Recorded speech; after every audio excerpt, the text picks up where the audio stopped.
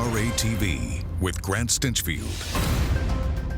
Hi there, I'm Grant Stinchfield. Welcome to the program. Gun owners across America prove their unified voice is powerful. They got a president elected. Now it's time to unify and get a judge, Neil Gorsuch, appointed to the Supreme Court.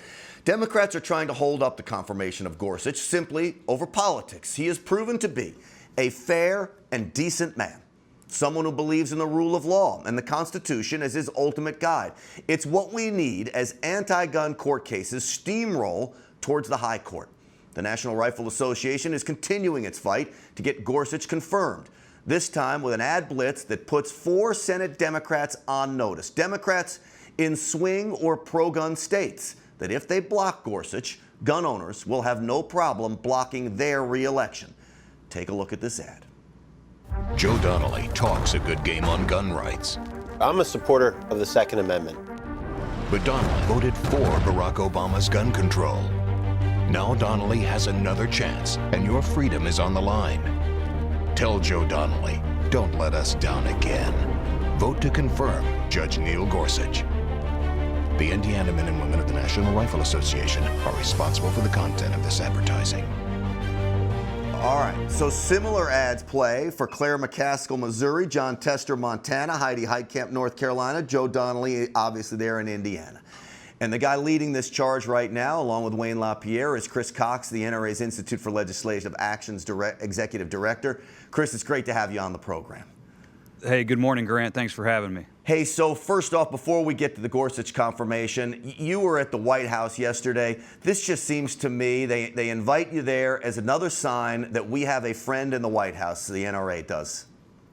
Well, they invited the National Rifle Association there, and I was honored to represent our members all across the country. The president was signing a number of different bills into law through the Congressional Review Act, all of these last-minute Obama regulations that they put through. They're taking a look at all of those. We saw one recently with the Social Security Administration where we were able to fix that. And what this one yesterday, the one of particular interest to us, was the Bureau of Land Management, BLM. They manage almost 250 million acres. That's about the size of Texas and Oklahoma combined, a little bigger than Texas and Oklahoma combined.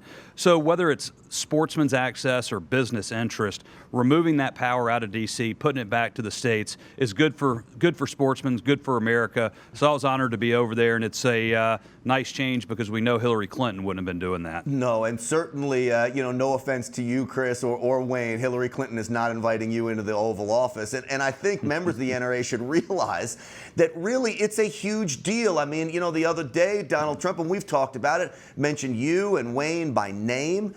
It's a different time right now, and clearly the gamble on Donald Trump paid off for the NRA and its members. Well, this was high-stakes poker, and it was a lonely summer, as you know, last year. But look, this is about the Supreme Court. I'm glad that you were able to show one of the ads that we're running. It's a 7-figure, $1 million ad buy in 4 states because this matters. This is what it's all about. Right now, as we sit here and talk, Grant, we don't have a majority on the Supreme Court for the basic right to keep a gun in your home to defend yourself. Now, a lot of your viewers think, well, the Supreme Court already ruled on that, and it was a historic win with Heller and McDonald the next year. But that 5th vote, we won that by 1 vote, and that 5th vote left when Justice Scalia passed away. So now we have an opportunity to replace Scalia with a true conservative, constitutionalist in Judge Gorsuch.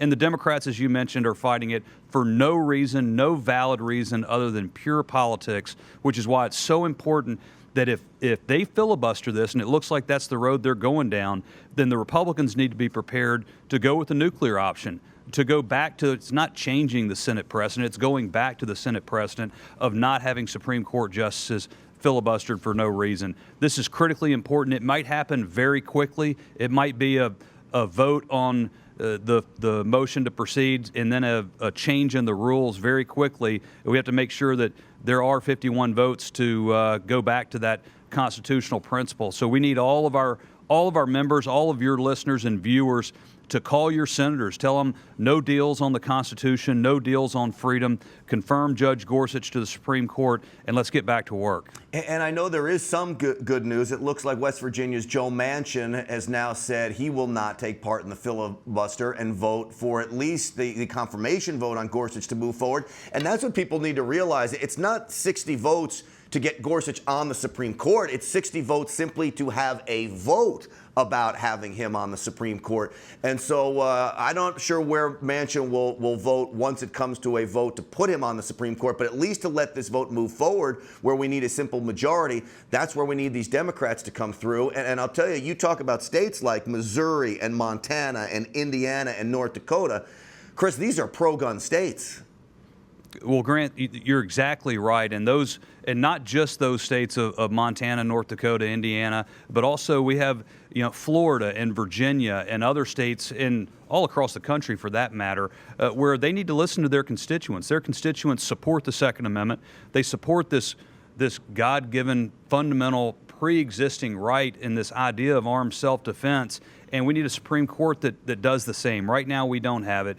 We need to get Judge Gorsuch confirmed, and we need to get back to work so we can then move on to a court strategy to make sure that our rights don't end at our doorstep, which clearly they don't. Anywhere you have a legal right to be, you should have a legal right to defend yourself with a firearm. That's what we're working on, but we can't get that. We can't even take a small step forward until we have a Supreme Court that supports the basic right to keep a gun in your home. Chris, were you as pleased as I was that when Gorsuch was asked by Dianne Feinstein about Heller, he actually got into the details and calling it the law of the land. He sidestepped a bunch of other issues, but he wasn't worried about talking directly to the Second Amendment and gun rights, and I took that as a very big positive about Gorsuch for gun owners. Grant, I did as well, and it wasn't surprising, but it was nice to see. It was nice to hear.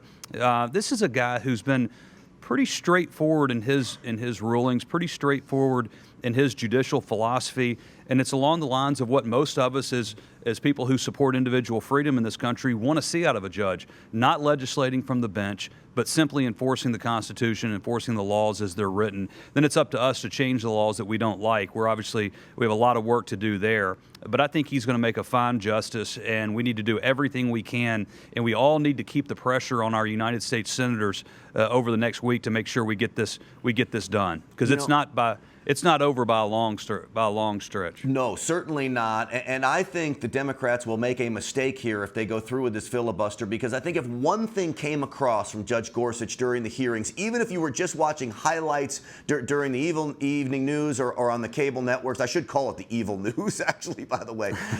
So Gorsuch came across as a very nice, smart, articulate, fair guy. Bottom line, he's likable. Well, and there's absolutely, other than pure politics, as you mentioned earlier, there's no reason to vote against this guy. If their job is to advise and consent, which is to make sure that there's not some truly disqualifying factor in this individual's life or in their career, they're obligated to vote to put a good man on the court. And just because they're not happy with the elections, just because their candidate lost, doesn't mean that they get to go back and try to somehow rewrite the Constitution and what their role is going to be. So this truly is high stakes poker for all of us who believe in constitutional freedom. And so if it's important to you, our job's not over with the election. We have to stay engaged. We have to stay involved. We need you to call your senators. If you've already called them, or if you think they're already supporting Gorsuch, maybe remind them that we need them to co-sponsor the right to carry reciprocity bill while you're at it. But we have a lot of work to do. But it really starts with the Supreme Court. Everything else from there is important, but